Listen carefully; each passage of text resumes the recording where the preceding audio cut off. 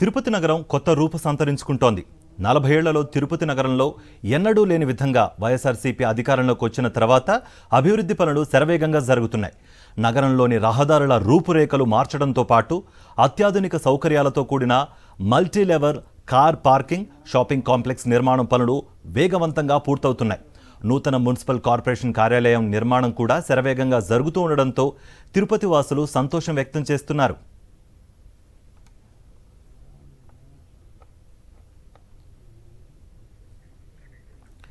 ఇరవై master plan రోడ్ల నిర్మాణంతో సరికొత్త మణిహారంగా తిరుపతి నగరం రూపుదిద్దుకుంటోంది.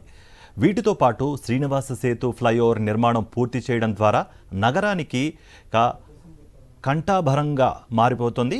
తిరుపతి నగరం రూపురేఖలు మార్చి సరికొత్త నగరంగా మార్చిన ఘనత సీఎం జగన్ ప్రభుత్వానికే దక్కుతుందంటున్నారు నగరవాసులు. Tirupati MLA TTD chairman Bhumana Karunakar Reddy ప్రత్యేక చొరవతో 23 మాస్టర్ ప్లాన్ రోడ్లను అభివృద్ధి చేయడం ద్వారా సరికొత్త రూపు సంతరించుకుంది. ఇప్పుడు నగర రోడ్లకు మహర్దశ పట్టింది. నగరంలో జరుగుతున్న అభివృద్ధి పనులపై మున్సిపల్ కార్పొరేషన్ కమిషనర్ హరిత ఎప్పటికప్పుడు సమీక్షలు చేస్తున్నారు. తిరుపతి నగరపాలక సంస్థ పరిధిలో గతంలో ఎప్పుడూ లేని విధంగా అభివృద్ధి కార్యక్రమాలు చేపట్టడం జరిగింది. ముఖ్యంగా 23 మాస్టర్ ప్లాన్ రోడ్స్ని అందుబాటులోకి తీసుకురావడం జరిగింది. 20 కిలోమీటర్ల రోడ్ లెంత్ దీనివల్ల పెరిగింది.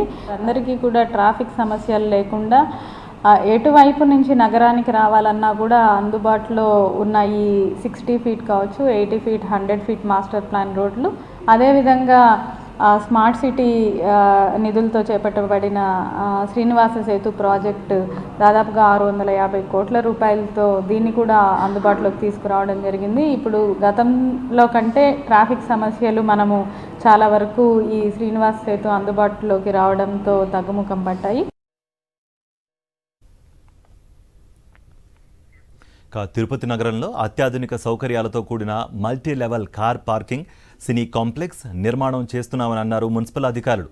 60 కోట్లతో వీటి నిర్మాణం చేపట్టామని అన్నారు. వీటితో పాటు నూతనంగా నిర్మిస్తున్న మున్సిపల్ కార్పొరేషన్ భవనం కూడా సరికొత్త హంగులతో అందుబాటులోకి రానుంది. స్మార్ట్ సిటీ నిధులతో చేపడుతున్నటువంటి సిటీ ఆపరేషన్స్ సెంటర్, అలాగే మల్టీ లెవెల్ కార్ పార్కింగ్, ఈ రెండు కూడా దాదాపుగా 14,000 స్క్వేర్ మీటర్స్ పరిధిలో 60 కోట్ల రూపాయలతో చేపట్టడం జరుగుతుంది. ఈ మల్టీ లెవెల్ కార్ పార్కింగ్లో మనం ఒకేసారిగా ఒక 300 కార్లు, అలాగే ఒక 200 టూ వీలర్స్ పెట్టుకునే వసతి కల్పించడం జరుగుతుంది. దీంతో పాటుగా కమర్షియల్ మోడ్లో కూడా ఒక 2 ఫ్లోర్స్ నిర్మించడం జరుగుతుంది. ఇది కూడా పూర్తవడానికి మరొక సంవత్సర కాలం పడుతుంది.